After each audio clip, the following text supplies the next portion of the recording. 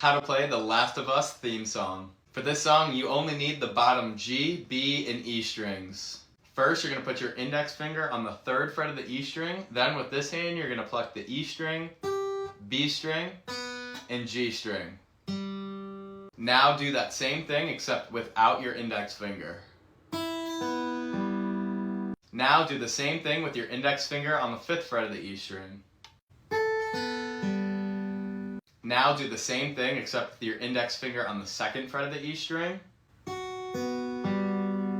And finally end back at the 3rd fret of the E string, and you're going to play this 4 times.